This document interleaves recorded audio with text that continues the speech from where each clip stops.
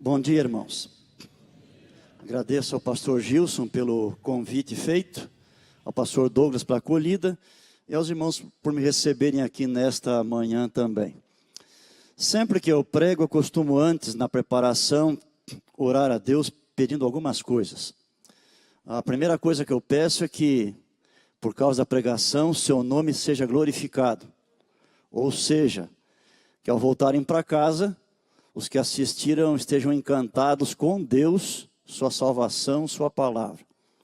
Eu peço também a Deus que, com a pregação, a igreja seja edificada. Os irmãos fortalecidos e haja salvação também. Salvação porque alguns talvez não estejam salvos ainda e com a pregação sejam salvos. Ou porque talvez alguém que escutou a pregação vai passar para outro não salvo e ele vai ser abençoado também. Pastor Gilson me pediu que nessa manhã eu falasse para os irmãos a respeito do Espírito Santo. Os irmãos sabem que nós possuímos, como adventistas do sétimo dia, 28 crenças fundamentais. E algumas delas estão diretamente vinculadas à pessoa e ao trabalho do Espírito Santo. Por exemplo, uma doutrina, o nome dela é o Espírito Santo.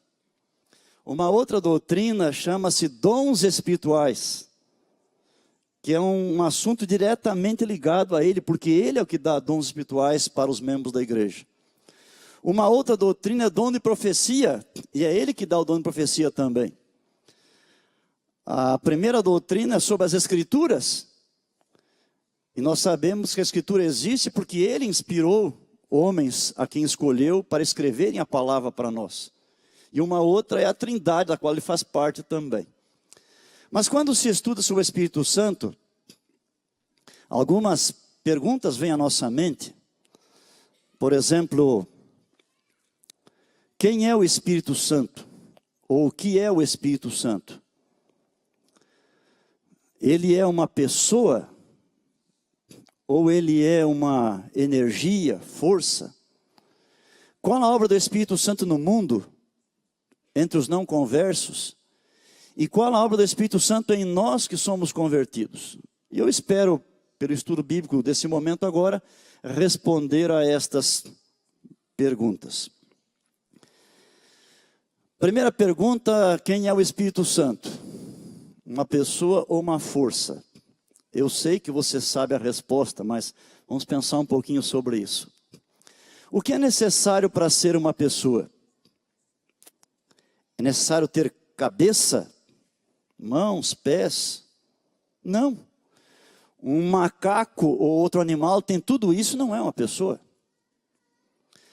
Para ser uma pessoa são necessários 3 elementos. Tem que ter inteligência, saber pensar, raciocinar, julgar, avaliar. Além da inteligência, tem que ter emoções. Tem que ser capaz de amar, de sentir alegre, feliz e assim por diante. E em terceiro lugar, tem que ter volição, isto é, vontade, capacidade de tomar decisões. Quem possui esses 3 elementos é uma pessoa. Um animal não é uma pessoa. Um animal tem inteligência, mas bastante limitada.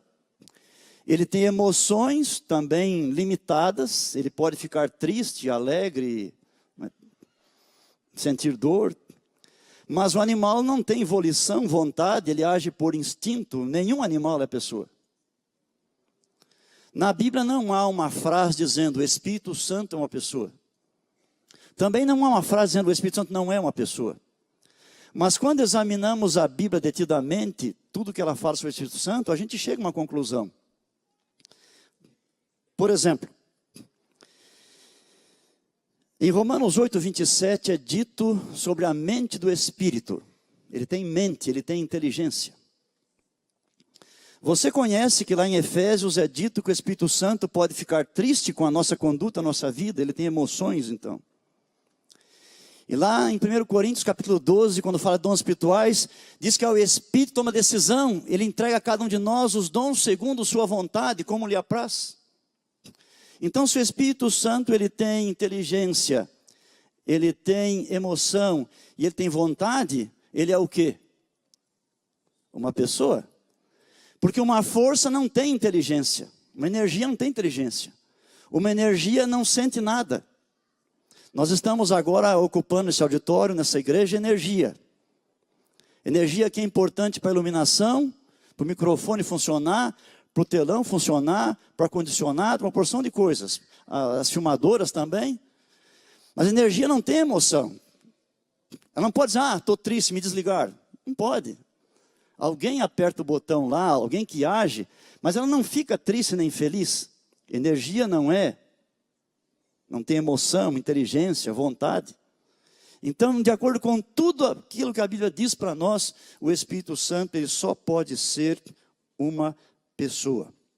Alguém vai dizer, mas pastor, tem lá um verso que diz que ele vai ser derramado. Como é que se derrama uma pessoa? Opa, e agora? Bem, acontece que esse é apenas um modo de a Bíblia falar. Um outro verso diz assim, revestivos do Senhor Jesus. Bom, Jesus é um vestimento para o vestir dele? Também não é. É só o jeito de falar, ok? O Espírito Santo é uma pessoa. Todos nós que estamos aqui, ou muitos de nós, temos vários nomes ou vários títulos. Como eu não conheço bem você e eu me conheço, vou usar a mim mesmo como exemplo agora. Pessoas me chamam de Emilson. Tem lugar que me chamam de Reis, que é o meu sobrenome. A minha esposa me chama de Ben. Tem um filho que me chama de pai. Tem 2 menininhos que me chamam de vô. Alguns me chamam de tio, de cunhado, de irmão. Me chamam muito de pastor, doutor, professor, mestre, enfim. Então eu tenho vários nomes e títulos, mas eu sou um só. Assim também você. E assim também o Espírito Santo. O Espírito Santo tem vários nomes na Bíblia, mas é sempre um só. Ele é chamado em uns lugares de Espírito Santo, em outros Espírito, Espírito de Deus, Espírito de Jesus, Espírito de Cristo Jesus, Espírito da verdade, Espírito da profecia, o Consolador, e assim vai. Mas não importa o nome que ele tenha, ele é sempre o mesmo. Assim como no meu caso, em alguns lugares fica bem me chamar de professor, em outros de pastor. Fica bem a minha esposa me chamar de bem, meu filho me chamar de pai. Então em cada situação um nome fica bem, um título fica bem. A mesma coisa com o Espírito Santo, mas é sempre um só. O Espírito Santo também ele possui os atributos divinos. Quando se examinam os textos bíblicos sobre ele, aquilo que é dito sobre o Pai e sobre o Filho também é dito sobre o Espírito Santo. Por exemplo, em Hebreus 9,14 diz que ele é eterno. E eternidade é uma marca da divindade. Só quem é divino é que é eterno. Em 1 Coríntios 2,10 diz que ele é onisciente, que ele sabe todas as coisas que Deus sabe. E no Salmo 139 é afirmado que ele é onipresente, ele pode estar em todos os lugares, sem exceção. Faz pouco tempo, talvez uns 2 anos, eu estava lendo a Bíblia mais uma vez. Eu sei que vários de vocês leram a Bíblia muitas vezes, eu também, eu não fico contando quantas vezes eu li. Mas eu estava acabando de ler a Bíblia mais uma vez no final de um ano. E desta vez alguma coisa me chamou a atenção. Cada vez que se lê a Bíblia novamente, algumas coisas chamam mais atenção do que anteriormente. E dessa vez me impressionou que eu reparei nas cartas apostólicas. Você sabe que quando organizaram a Bíblia, eles organizaram por blocos. Livros que têm alguma coisa em comum estão juntos. Por exemplo, os primeiros 5 livros da Bíblia têm uma coisa em comum, é o mesmo autor, Moisés, estão todos juntos. Os próximos livros, eles têm uma coisa em comum, é uma parte da história de Israel. Então vai lá de Josué até o livro de Esther. E assim tem os blocos, mas tem lá no Novo Testamento um bloco que é das cartas apostólicas. Depois de Evangelhos e Atos, começando com Romanos, vai até Judas, é o bloco das epístolas ou cartas apostólicas. E nesta leitura da Bíblia me chamou muito a atenção quantas vezes na mesma sessão aparece a menção do Pai, de Cristo e do Espírito Santo, com os vários nomes que eles têm. Eu fiquei muito impressionado. Estou lendo e toda hora tem lá Pai, Filho e Espírito Santo. E aí eu, quando acabei de ler a Bíblia, eu disse, vou ler de novo. Mas agora eu vou marcar. E eu peguei minha Bíblia, não esta aqui, uma outra que eu tenho em casa, que costumo não sair de casa com ela, para não perder. Mas eu peguei um lápis vermelho, e toda hora que aparecia os três juntos, eu marcava o nome dos três. E me impressionou, porque era muito mesmo. E dias depois, em outra situação, eu fui contar. Eu vou contar agora quantos grupos de três tem, só nas cartas apostólicas. Eu não contei Evangelhos, não contei Atos e nem Apocalipse, só nas cartas. Sabe quantas aparecem os três? 70. 70 vezes. E você pode fazer a mesma coisa que eu fiz, se você quiser, e vai constatar também 70 vezes os três juntos. Nós temos hoje mais de 7,6 bilhões de pessoas vivendo no planeta. Uma grande parte de pessoas são pagãs. Os pagãos são politeístas. Eles creem em muitos deusas, milhares. Tem lugares onde há milhões de fato de deusas, de tudo que é tamanho, para tudo que é coisa. Existem duas religiões que são monoteístas e que creem assim: um Deus em uma pessoa só. É o caso do judaísmo, chama Deus de Yahweh, ou Jeová, e o islamismo que chama o seu Deus de Alá. É um Deus em uma pessoa. Nós, como cristãos, não somos nem politeístas, nem cremos como os islamitas e os judeus. Nós cremos que há um Deus, mas que se manifesta não em uma pessoa, mas em três pessoas, a quem chamamos de Pai, Filho e Espírito Santo. O Novo Testamento fala muito do Espírito Santo, mas tem dois lugares em especial que eu quero destacar nessa manhã. Os dois lugares são um trecho de João e um trecho de Paulo. No Evangelho de João, nos capítulos 14, 15 e 16, nós temos muita informação sobre o Espírito Santo. Informação vinda diretamente dos lábios de Jesus. No último encontro que ele teve com os discípulos, antes da cruz, ele morreu numa sexta-feira, na quinta-feira anterior à noite, foi que Cristo disse essas últimas palavras. E ele focou bastante na obra do Espírito Santo, queria substituí-lo. João 14, 15 e 16. E o outro texto é de Paulo, Romanos 8. Romanos 8, se você não sabe, é o mais importante capítulo da Bíblia. Não tem nenhum outro capítulo que tenha tanta mensagem, com tanta profundidade como Romanos 8. E ali uma seção de Romanos 8 está destacando o trabalho do Espírito Santo, o que ele faz. Mas eu quero meditar primeiramente aqui em algumas palavras que o apóstolo João registrou no seu evangelho, e você pode me acompanhar se quiser na leitura também. O Espírito Santo, ele é enviado pelo Pai e pelo Filho a este mundo, e ele vem para trabalhar com todos os seres humanos. O Espírito Santo nunca deixou de trabalhar com uma única pessoa. Mas o Espírito sempre trabalha com os indivíduos a partir de fora do coração. Na linguagem bíblica seria bater a porta pedindo para entrar. E o que o Espírito faz com as pessoas do mundo, as pessoas que não aceitaram ainda, o que ele faz? A primeira coisa que ele faz, e a mais importante, ele testifica de Jesus para elas. O trabalho deles é levar as pessoas a conhecerem a Jesus como Filho de Deus, como seu Salvador e seu Senhor. E você pode ler essa expressão que aparece em João capítulo 15, verso 26. Ali temos as palavras ditas por Jesus. João 15, 26. Quando, porém, vier o Consolador, que eu vos enviarei da parte do Pai, o Espírito da verdade, que dele procede, esse dará testemunho de mim. Então essa é a primeira obra do Espírito Santo às pessoas do mundo. Falar sobre Jesus. E o Espírito bate a porta de cada coração. Mas ele tem 1000 modos para fazer isso. Ele pode fazer através de um sermão como este agora. Ele pode fazer por meio da própria Bíblia.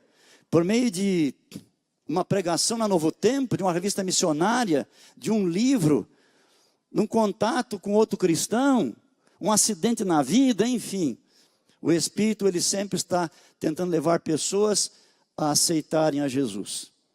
E a segunda coisa que ele faz com as pessoas do mundo, está no capítulo 16, verso 8. Quando ele vier, convencerá o mundo do pecado, da justiça e do juízo.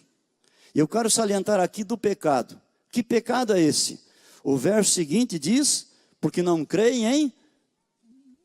Você está examinando sua Bíblia aí? João 16, 8. O Espírito convence do pecado. Que pecado é? O verso seguinte. O pecado da incredulidade. Quando o Espírito trabalha com uma pessoa, e ela tem contato com Jesus, e ela não crê, o Espírito a convence de pecado, o pecado da incredulidade. Então essa é a obra do Espírito Santo no mundo. Conduzir pessoas a Cristo, convencê-las do pecado, quando não aceitam a Jesus. Agora, quando aceitamos a Cristo, nós abrimos o nosso coração por aquela fresta entre o Espírito Santo. O Espírito não vem passar um feriadão em nosso coração, nem um recesso de carnaval, nem umas férias. O Espírito Santo vem para ficar em nós para sempre. Observe o que está em João 14, verso 17. João 14, 17. O Espírito da verdade, que o mundo não pode receber, porque não o vê nem o conhece, vós o conheceis, porque ele habita convosco e estará em vós. E o verso 16 vai dizer também, a fim de que esteja para sempre convosco. Portanto, o Espírito Santo habita, ele mora na gente. E mora por quanto tempo, diz aí? Para sempre, para sempre, para sempre. Ok? E agora dentro de nós, ele opera mais eficazmente. Agora que ele entrou, vai trabalhar para valer, com a sua permissão. E ele vai fazer duas coisas basicamente. Ele vai tirar o que não presta em sua vida. Pecados, vícios, maus hábitos, ele vai tirando. Mas ele também vai colocando. O que ele coloca em nós? Ele coloca o fruto do Espírito. O amor, a alegria, a paz, a bondade, a mansidão, a benignidade e assim por diante. Esse é o trabalho dele. E esse trabalho dele dura toda a nossa vida. É o que você chama também de santificação, dura a vida inteira. A vida inteira está limpando a gente, tirando coisa ruim e colocando coisa boa. E quanto mais tempo estamos com Deus, caminhando com Deus, se somos obedientes, mais semelhantes a Ele nós vamos realmente ficando pela ação do Espírito Santo. O que mais Ele faz em nosso favor? No capítulo 14, verso 26, nos diz que Ele nos faz lembrar do que Cristo ensinou e nos ensina todas as coisas. Vamos ler o texto. João 14, 26. Mas o Consolador, o Espírito Santo, a quem o Pai enviará em meu nome, esse vos ensinará todas as coisas e vos fará lembrar de tudo o que vos tenho dito. Então ele lembra o que Cristo ensinou e ensina tudo. Isso é muito importante até para a preparação da Bíblia. Porque o Novo Testamento começou a ser escrito 20 anos depois de Jesus ter voltado para o céu. E os primeiros documentos do Novo Testamento foram as cartas apostólicas. Os evangelhos demoraram mais tempo. Alguns evangelhos foram escritos 30 anos após a vida de Jesus. O evangelho de João, que estamos verificando, foi escrito quase 70 anos depois de Jesus ter voltado para o céu. E o João velhinho lembrava, porque o Espírito Santo fez o quê? Ele lembra. Ele lembrou Mateus, lembrou Marcos, lembrou João. Lucas não foi discípulo de Jesus. Aprendeu de outra maneira. Mas ele guia em todas as coisas também. E olha outro texto interessante, que está aqui no capítulo 16, no verso 13. São palavras de Jesus ainda. Quando vier, porém, o Espírito da verdade, ele vos guiará a toda a verdade. E se você ler o verso anterior, fica mais claro, o verso 12. Jesus disse, preste atenção, quando ele disse isso, faltava poucas horas para a cruz. Ele disse assim, tenho ainda muito que vos dizer, mas vós não o podeis suportar agora. Ele não disse, eu ensinei tudo para vocês, ou faltou um pouquinho para ensinar. Ele disse que faltou muito. E por que não ensinou? Porque não podiam suportar. A gente sempre faz assim com o professor. A gente nunca dá além do que o aluno pode suportar. Certo? Você não pode ir lá no primário e dar aula de conteúdo de doutorado.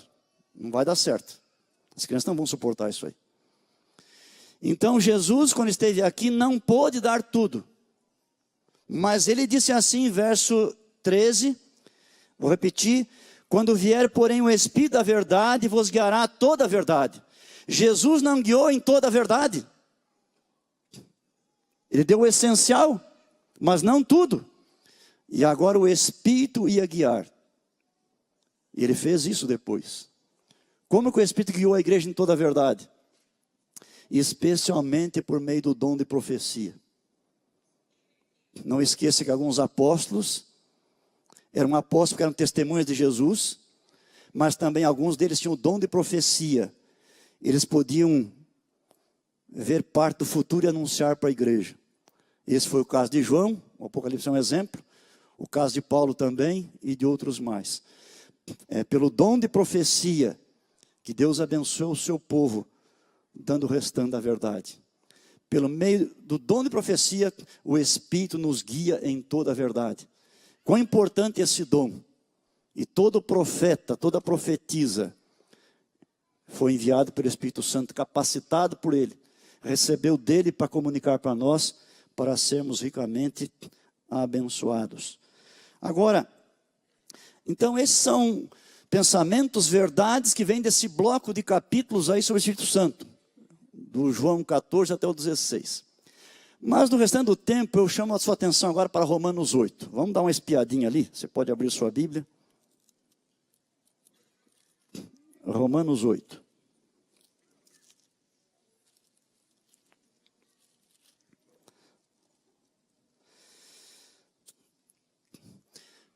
Nesta sessão aqui, que tanta riqueza que tem, dá para fazer uma porção de sermões só sobre Romanos capítulo 8. Mas eu quero destacar nesse momento o que aqui fala sobre o Espírito Santo.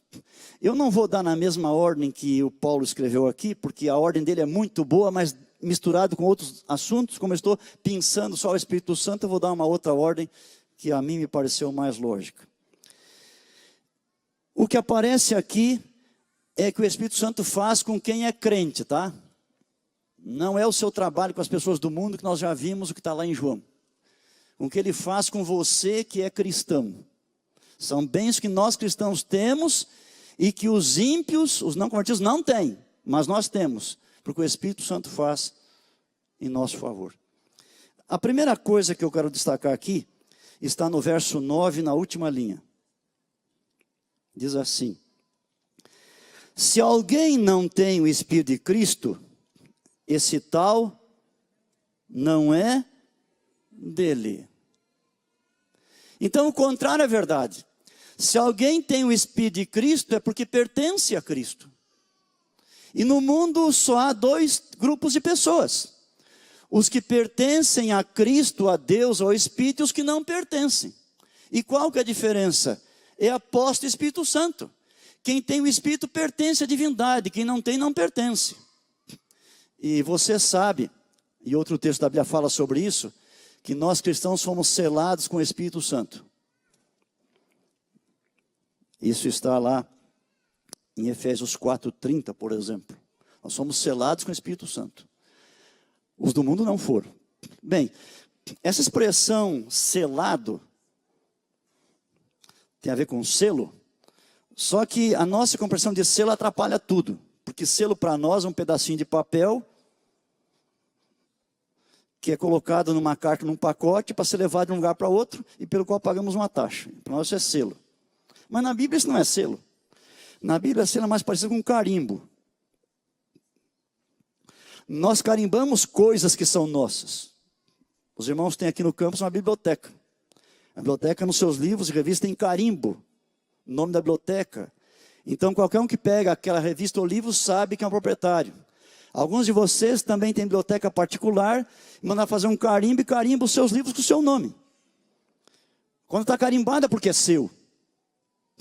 Os fazendeiros também, quando tem gado, eles marcam a ferro e fogo uma marca lá no gado, no couro, fica para sempre. Dizendo, aquilo é meu, esse gado é meu, essa vaca, esse boi, esse bezerro. Nós fomos carimbados pelo Espírito Santo. Deus está dizendo, você é meu filho, você é minha filha. Eu te dei o Espírito Santo, está carimbado, está selado. Portanto, a primeira verdade desse texto que eu destaco é que quem tem o Espírito Santo pertence realmente a Deus. Quem não tem, não pertence. A segunda verdade está nesse mesmo verso. Verso 9, a primeira linha. Vós, porém, não estáis na carne, mas no Espírito, se de fato o Espírito de Deus habita em vós. Quem tem o Espírito Santo não vive mais de acordo com a carne. Bom, que negócio é esse? Você sabe que nas escritas de Paulo, carne não é do açougue, né? Você sabe disso. É a nossa disposição com a qual nós nascemos. Nascemos como pessoas carnais. E nesse capítulo, em vários outros de Paulo, ele faz um contraste entre carne e espírito. Entre viver segundo a carne, ou andar segundo a carne, e viver e andar segundo o espírito. Qual que é a diferença? É muito simples. Tem a ver com o eixo da vida. A nossa vida tem um eixo. Para algumas pessoas, o eixo delas é elas mesmas. Quando ela vai ter que tomar uma decisão para qualquer coisa, ela pensa, isso é gostoso? Isso me agrada? Isso me alegra? Isso me dá prazer? E se a resposta é afirmativa, ela vai, se envolve, participa, compra, enfim, usa. Porque ela é o centro da sua vida, ela só pensa nela mesma. E o mundo é assim. Só pensa em si mesmo. Essa é a vida na carne. A vida no Espírito é um outro eixo, e esse eixo é Deus. Quando alguém toma uma decisão, ele pergunta assim, isto vai agradar a Deus? Essa é a preocupação da pessoa? Qualquer decisão. Deus quer que eu more nesse lugar? Deus quer que eu coloque meus filhos nessa escola? Deus quer que eu faça essa faculdade? Deus quer que eu compre essa casa? Deus quer que eu case com aquela pessoa? Deus quer que eu seja amigo dessa outra pessoa? Tudo que nós decidimos, o eixo é Deus. E isso é viver no Espírito. Portanto, quem tem o Espírito, ele vive no Espírito e não vive mais segundo a carne. O eixo dele agora é realmente Deus. É o que diz o texto para nós. A terceira verdade está no primeiro verso. Na minha Bíblia, o primeiro verso diz assim, agora, pois, já nenhuma condenação há para os que estão em Cristo Jesus. Só que tem algumas Bíblias que têm uma linha a mais do que a minha aqui. Essa linha é a mesma que está no verso 4. Que não andam segundo a carne, mas segundo o Espírito. Algumas cópias muito antigas da Bíblia têm essa frase e algumas não têm. Então os tradutores, conforme o manuscrito que se basearam, colocaram a frase ou não. A que estou usando não tem. Mas é provável que alguém de vocês tenha uma Bíblia e que tenha essa frase a mais. De qualquer jeito, eu vou ler com a frase a mais diz assim, verso 1 de novo. Agora, pois, já nenhuma condenação há para os que estão em Cristo Jesus, que não andam segundo a carne, mas segundo o Espírito. Resumindo, a terceira realidade aqui é que aquela pessoa que creu em Jesus, que é a mesma que tem Espírito Santo, sobre ela não há mais nenhuma condenação, nenhuma. Que coisa, hein? Se é possível contar os pecados que cometemos desde nosso nascimento até hoje? Pecados de atos e atitudes, quantos já cometemos, será?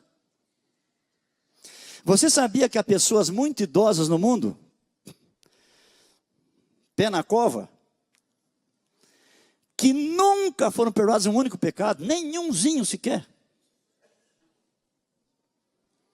Porque não quiseram ou não sabem como fazer para ser perdoado. Todos os pecados, condenações sobre essa pessoa, desde o primeiro até o último. Mas nós, apesar de sermos pecadores também, sobre nós não há condenação. Aqui diz nenhuma. Deus diz assim, olha, sua vida é meio bagunçada, tem umas 10 coisas aí que não foram resolvidas ainda, sobre essas 10 tem condenação. Ó, ficaram 5 aí, viu? Tem 2 muito difíceis. Romanos 8:1. Agora, pois, já nenhuma condenação há para os que estão em Cristo Jesus, os que não andam segundo a carne, mas segundo o Espírito. Que coisa maravilhosa. E como é possível isso? É porque Cristo, Ele veio a este mundo, tornou-se um de nós, viveu a vida perfeita e nos substituiu. Tudo aquilo que eu merecia de castigo, Ele recebeu no meu lugar. Ele pagou toda a minha dívida. Antes de haver comunismo na Rússia, ela era dominada pelos czares. Um czar é uma espécie de um rei. Eles eram muito ricos. Um deles foi Nicolau I. E ele tinha um hábito. O seu exército está espalhado por várias cidades. E de vez em quando ele se vestia de soldado comum e aparecia lá no quartel, no meio dos outros, só para ver como andavam as coisas. Era um hábito que ele tinha. E lá no destacamento, com muitos soldados, havia os que lideravam aquele setor, e havia um jovem que era o tesoureiro. Ele tinha um gabinete, tinha um cofre cheio de moedas de ouro, que eram do czar, para usar para as despesas comuns. Ele era o responsável. Ele era filho de um homem muito amigo do czar. Mas esse moço, um dia, ele enveredou pelo caminho do jogo. Ele foi lá, fez uma aposta, ele perdeu, e fez, e perdeu, e perdeu, e perdeu. E ele sempre pensava, vou fazer só mais uma vez. Eu recupero o que eu perdi, eu paro de jogar. Mas sempre perdia. Perdeu tudo que tinha. Um dia estava no seu gabinete e ele olhou assim, e viu aquele cofre cheio de moedas de ouro. E teve uma brilhante ideia, achava ele. Vou pegar um pouquinho, vou lá, aposto, eu ganho, recupero o que eu perdi, coloco no cofre, ninguém fica sabendo que eu peguei. Feito. Foi lá, jogou, perdeu. E assim, cada dia jogar mais um pouquinho, e o cofre foi esvaziando, esvaziando, esvaziando. E semanas depois, numa certa noite, enquanto todos dormiam, ele foi àquele cofre. Acendeu a luz lá da sua sala, entrou, abriu o cofre. Ele tinha um livro de contabilidade, onde ele anotava a lápis todas as retiradas que ele fez, as datas e os valores, mas ele nunca tinha somado.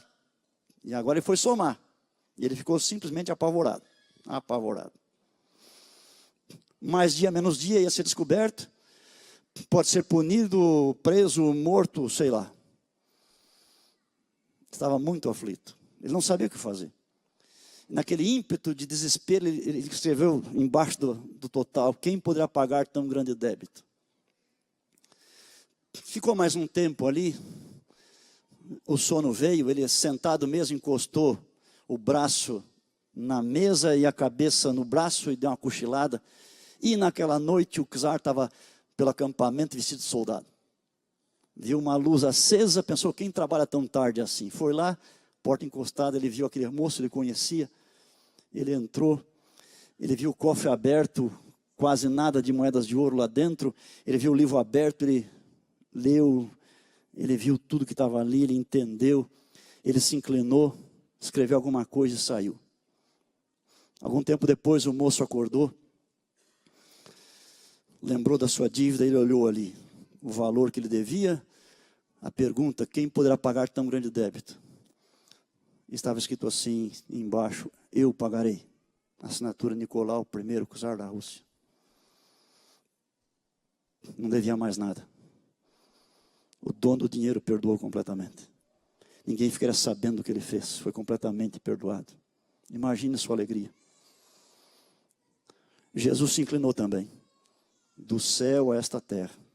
Mas não foi um momento, foi por 33 anos e meio. Ele deu sua vida por nós. E lá na cruz ele disse algumas coisas, mas uma frase bem conhecida é: está consumado. Bom, a Bíblia não foi escrita em português. Esse texto foi escrito em grego.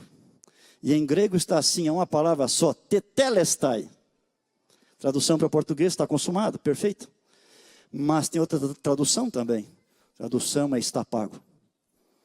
Na cruz Cristo disse: está pago. Está pago. Ele não pagou metade para você pagar outra metade, lutando, esperneando. Ele não pagou 90%, nem 99,9%, deixou 0,1% para você pagar. Ele pagou 100%. Você não pode pagar nada para a sua salvação, não pode. Você só pode aceitar o que ele fez por você ou recusar. E para quem aceita, nenhuma condenação há. E isso de fato é algo maravilhoso.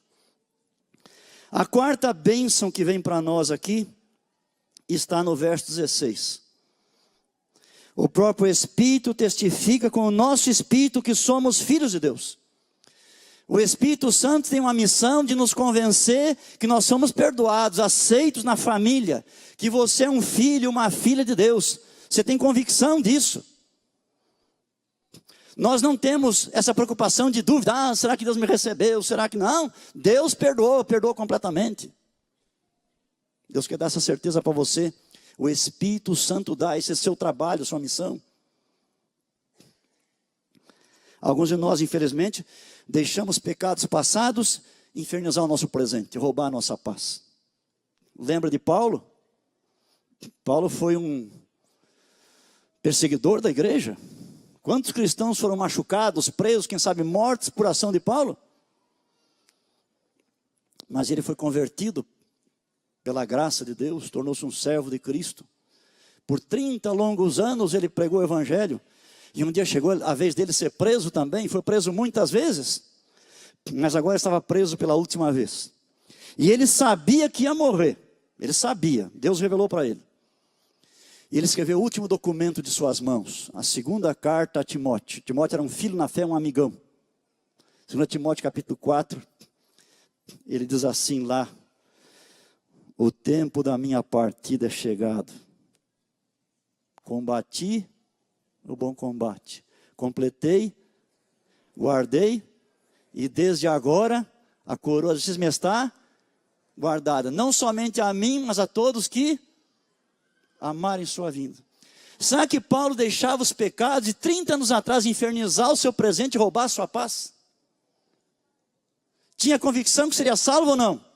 Sim, porque o Espírito Santo trouxera a ele essa convicção.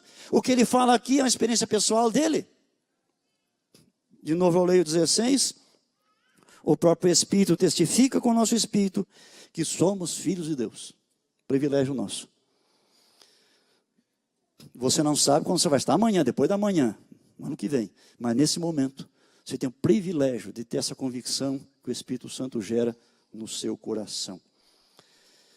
E aqui, diz também no verso 17, completando: ora, se somos filhos, somos também herdeiros. Herdeiros de Deus e co-herdeiros com Cristo. Lá no NASP, onde eu trabalho, de vez em quando eu saio do pé de aulas e tem uma van na frente. E aquela van que traz alunos de um lugar para outro, tal, está escrito assim ali: Eu não sou o dono do mundo, mas eu sou filho do dono. E eu penso, e eu também. Nosso Pai é imensamente rico. Podemos ter lutas, necessidades e muitas coisas para esta vida. E alguns têm dificuldade até de ter a sobrevivência. Mas nosso Pai é muito rico. No momento certo, vamos começar a receber. Nós somos filhos de Deus e somos herdeiros de Deus. Herdaremos tudo juntamente com Cristo a partir de sua segunda vinda. Uma outra verdade está no verso 4. A fim de que o preceito da lei se cumprisse em nós, que não andamos segundo a carne, mas segundo o Espírito. Quem anda segundo o Espírito, cumpre a lei de Deus. Alguns dizem o contrário. Não, eu estou livre agora, eu faço o que eu quiser. O Espírito liberta. Não existe isso. Nunca a liberdade de Deus é para fazer o que eu quiser. A liberdade é para ser livre do pecado, para servir a Deus. Para fazer o que Deus quer. Essa é a liberdade. E quem tem o Espírito Santo, ele tem a bênção para poder obedecer os mandamentos de Deus também na sua vida. Uma outra verdade está no verso 26. Também o Espírito, semelhantemente, nos assiste em nossa fraqueza. Bom, nós somos filhos de Deus, mas nós somos seres humanos ainda. Nós temos a natureza pecaminosa, que só vai ser tirada de nós na glorificação, na volta de Jesus. E nós temos momentos de fraqueza, nós temos situações de fraqueza, e quando estamos fracos, nós temos a bênção do Espírito Santo ajudar, nós não estamos sozinhos. Aí no mundo eles estão sozinhos. Nós estamos sozinhos. O Espírito está conosco para ajudar. Nesse momento, certamente que alguns de vocês passam por momentos de fraqueza, situações de fraqueza. Mas você tem a bênção do Espírito Santo para estar com você, fortalecendo e ajudando.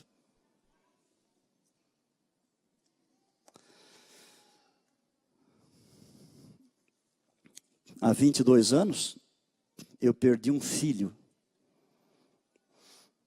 Depois de uma manhã de aulas, onde eu havia lecionado para ele e para a sua turma, almoçamos em casa, e eu pedi para ele ir até Arthur Nogueira buscar algumas jovens que estavam vindo de Porto Alegre, amigas nossas, na rodoviária Arthur Nogueira. Ele pegou o carro e foi buscar, e logo depois do almoço isso, e na volta para casa houve um acidente. E todos do carro morreram instantaneamente. Foi muito trágico, caixão fechado, todos os caixões fechados. Nenhum pai pôde ver mais seu filho, sua filha. E isso trouxe muita tristeza para nós. Um filho amado, estava no segundo ano de teologia. Havia acabado de voltar da comportagem. Mas, irmãos, um dos nomes do Espírito Santo é o Consolador. Na experiência eu aprendi que eu recebi todo o consolo que eu precisava. Deus cumpre sua palavra. Se tem uma coisa que o Espírito sabe fazer, é consolar. Luto, situação de fraqueza. Mas o Espírito está conosco, pronto para nos abençoar. Há muitos anos, eu era jovem ainda, e li a história de uma equipe missionária. Haviam deixado os Estados Unidos, trabalhavam numa região pobre da África, embora a África tenha lugares muito espetaculares de progresso, tem lugares como no Brasil de muita pobreza. Estavam ali, ficariam ali por um certo número de anos, e depois, fim do contrato, eles iriam embora, viria uma outra equipe para substituí-los.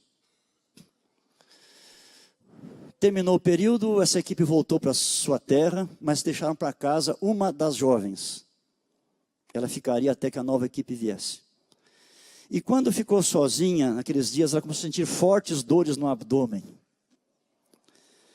E o salário que sempre vinha mensalmente também não veio. E a comida era muito escassa, ela não tinha nada mais, só tinha sobrado muita aveia, farinha de aveia.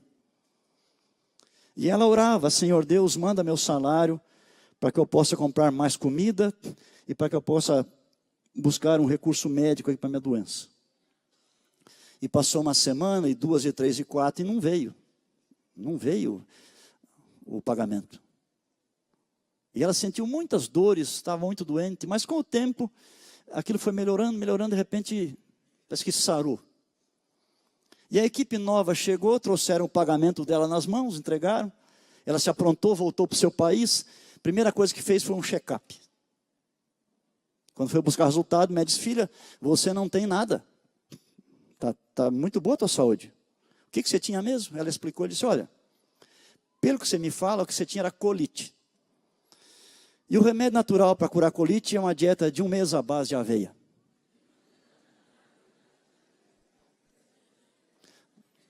Manda, Senhor, o meu pagamento. Eu preciso de comida, de remédio. E Deus não atendeu, não é verdade? Deus nos dá, não que nós estamos pedindo frequentemente, mas que nós estamos precisando. Sua resposta é melhor do que aquela que nós queremos. E a última verdade que eu destaco está no verso 14. Pois todos que são guiados pelo Espírito de Deus são filhos de Deus. Você tem um privilégio de ser guiado pelo Espírito Santo. Ele guia você não só nas coisas espirituais, mas guia você na sua profissão, na condução da família, no dia a dia, nas necessidades e conflitos pessoais. Você tem a promessa da guia do Espírito Santo. As pessoas lá fora não têm isso aí. Você tem.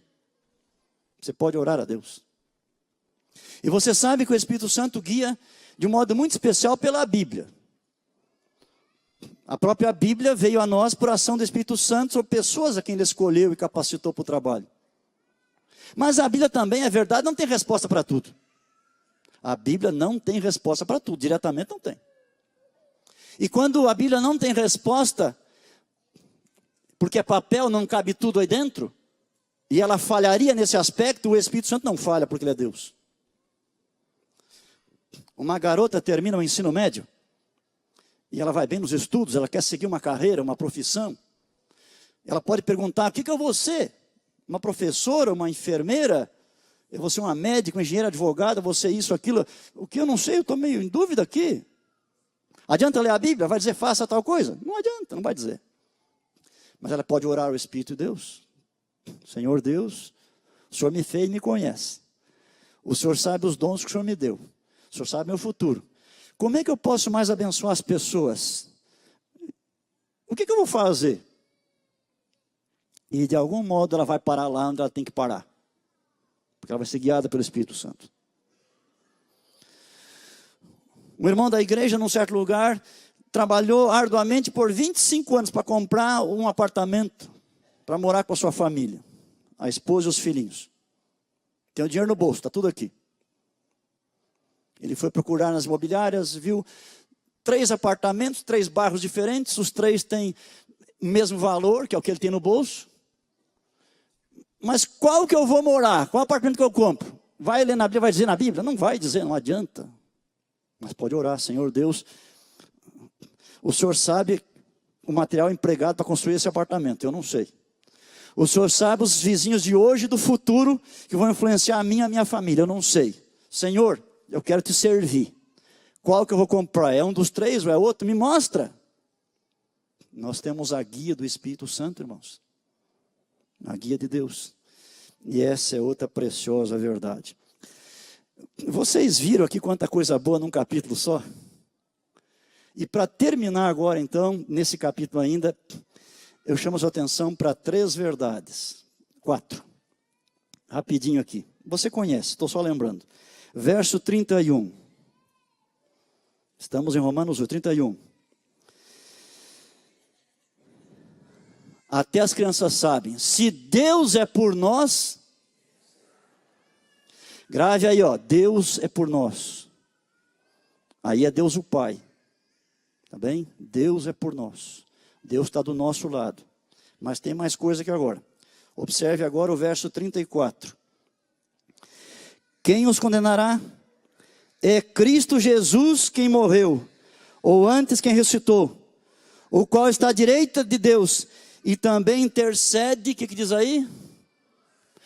Cristo é por nós. Você viu? Deus o Pai é por nós, Cristo é por nós. Agora nós vamos para o verso 26. Que já havíamos lido. Também o Espírito, semelhantemente, nos assiste em nossa fraqueza, porque não sabemos orar como convém, mas o mesmo Espírito intercede, o que é que diz aí? Por nós, sobremaneira, com gemidos inexprimíveis. Meus amados, nós temos Deus do nosso lado, os maiores poderes do universo, Deus Pai, Deus Filho, Deus Espírito Santo estão conosco. E agora o que vai ser de nós? É o verso 37. Em todas estas coisas, porém, somos mais que vencedores. Aí está o seu privilégio. Você que aceitou a Jesus. Isso tudo é para você. Você que não aceitou a Jesus ainda, é para você também, se você quiser aceitar. Deus abençoe você, que você dê espaço em sua vida para esse trabalhar em você, transformar você em imagem de Jesus. E essas bênçãos todas serão suas também. Amém.